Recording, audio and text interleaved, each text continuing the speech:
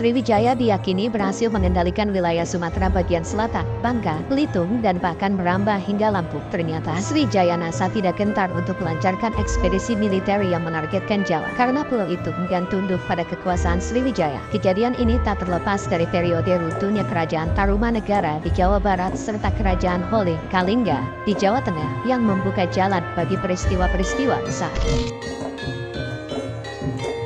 Di sini, kami akan menjelajahi berbagai topik sejarah dan berbagi kisah-kisah sejarah yang luar biasa. Jangan ragu untuk berinteraksi melalui kolom komentar dan jangan lupa untuk tekan tombol subscribe agar tetap terhubung dengan konten-konten menarik di masa mendatang. Mari kita mulai petualangan ini dan saya harap Anda menikmati setiap momennya.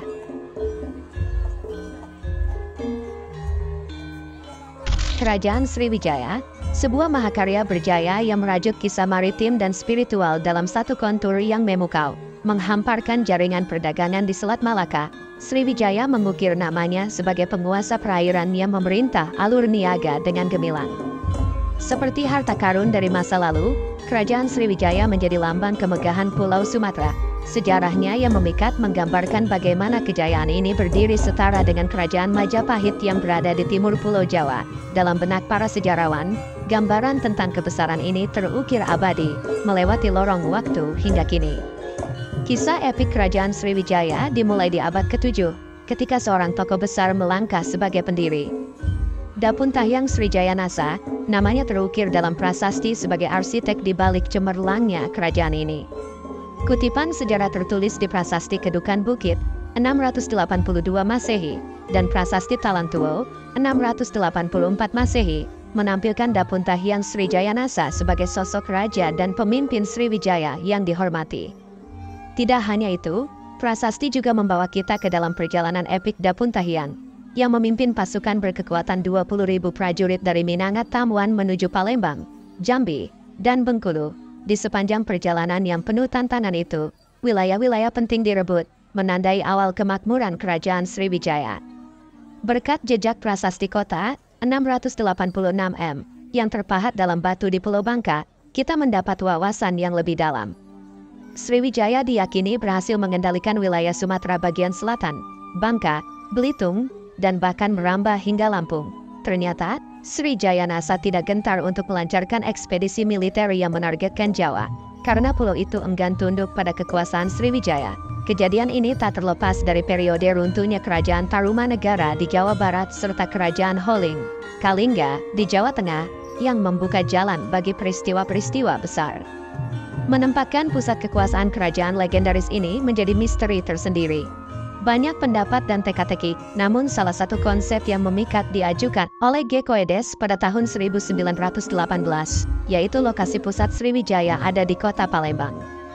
Jejak sejarah masih memimpin pandangan kita ke sana, di mana Palembang terus menjadi sentra daya tarik Sriwijaya.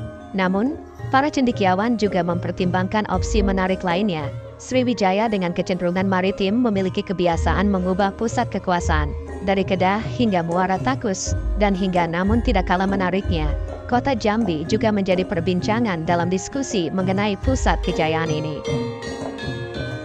Kerajaan Sriwijaya telah lama sirna dari jagat sejarah, tetapi keagungannya tidak akan pernah pudar. Kisahnya yang dipenuhi petualangan, perdagangan, dan keberanian melintasi lautan membuktikan bagaimana peradaban manusia mampu mengukir cerita epik di atas gelombang. Sebagai satu-satunya kerajaan maritim di kawasan ini, Sriwijaya mengajarkan kita arti penting menjalin hubungan dan mengarungi samudra luas demi kemakmuran bersama. Kerajaan Kolamandala mengguncang benua dengan serangkaian serangan mematikan terhadap peradaban megah Sriwijaya. Dua serangan ganas, masing-masing terjadi pada tahun 1017 dan 1025, mengguncang dasar-dasar kekuatan Sriwijaya. Segera timbul pertanyaan di benak kita, mengapa kerajaan yang sudah mendulang kesuksesan ini jadi sasaran empuk? Alasannya menggelitik, yakni karena Kolamandala merasa tersudut oleh pajak yang melambung tinggi. Kapal-kapal perdagangan di Selat Malaka harus membayar pajak tinggi pada Kerajaan Sriwijaya.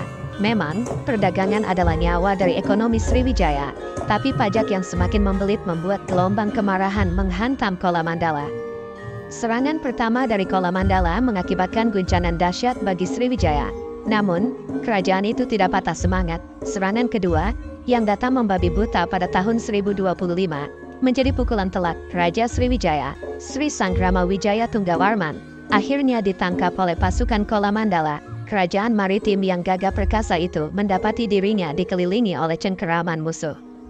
Serangan mendalam ini bukan hanya menyebabkan kerugian militer, tetapi juga menghancurkan jalur perdagangan, nadi kehidupan ekonomi Sriwijaya. Kehancuran ini dipercaya sebagai salah satu faktor utama yang menggiring ke bawahnya kebesaran kerajaan Sriwijaya.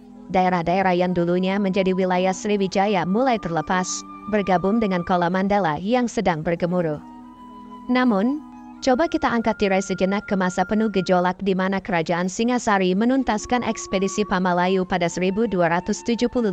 Raja Kertanegara, penguasa Singasari yang berwawasan luas, memimpikannya perluasan wilayah. Seperti lukisan luar biasa, ekspedisi ini membentuk titik balik sejarah. Singasari menyatukan tujuan dengan kerajaan Melayu, menancapkan tanduk-tanduknya ke daerah yang menjadi kunci Sriwijaya. Terjelma dari istilah Pamalayu, kitab-kitab kuno menggambarkan pertempuran melawan Melayu. Keputusan berani ini memicu dominasi baru. Melayu lepas dari genggaman Sriwijaya dan menjadi ancaman yang tumbuh subur. Sriwijaya terkikis, mengalami kehilangan daerah-daerah taklukannya, seperti Sumatera dan Semenanjung Malaya. Namun, itu bukanlah derita terakhir yang dihadapi. Kemunduran militer dan perekonomian membayangi, mengantarkan Sriwijaya ke jurang kehancuran. Pada tahun 1477, kisah tragis itu mencapai babak akhir. Pasukan Majapahit, di bawah komando Aditya Warman, bergerak menghantam kelemahan yang semakin terang terlihat. Keputusan Majapahit untuk menyerang tidak hanya muncul begitu saja, melainkan karena misi besar untuk menaklukkan seluruh Nusantara yang digagas oleh Gajah Mada. Serangan ini adalah pukulan pamungkas bagi kerajaan Sriwijaya yang pernah memimpin. Berlayar di puncak kejayaan, legenda Sriwijaya yang membanggakan harus meredup dalam bayang-bayang kekuatan baru. Meskipun tak lagi berdiri tegak, warisan kerajaan ini tetap hidup dalam benak kita sebagai sebuah zaman megah yang hilang di antara debu sejarah. Namun, sayangnya, semakin jauh kita mencoba menelusuri masa lalu, semakin kabur gambaran struktur raja-raja Sriwijaya. Seakan membaca lembaran-lembaran yang menghilang perlahan, misteri ini tak kunjung terungkap sepenuhnya. Kemungkinan bahwa harta pengetahuan kita belum mencapai puncaknya, atau fakta bahwa arsip masa itu mungkin terkubur dalam hamparan waktu, membuat pencarian kita tetap dalam tahap yang belum terpecahkan. Namun, dalam keterbatasan ini, cerita tetap ada. Nama-nama para penguasa, terlepas dari kerapuhan bukti, masih menghiasi catatan sejarah dengan kejayaan yang tak terhapus. Mereka adalah para penjaga bendera zaman, yang meletakkan tanda dalam perjalanan panjang dan berliku ini.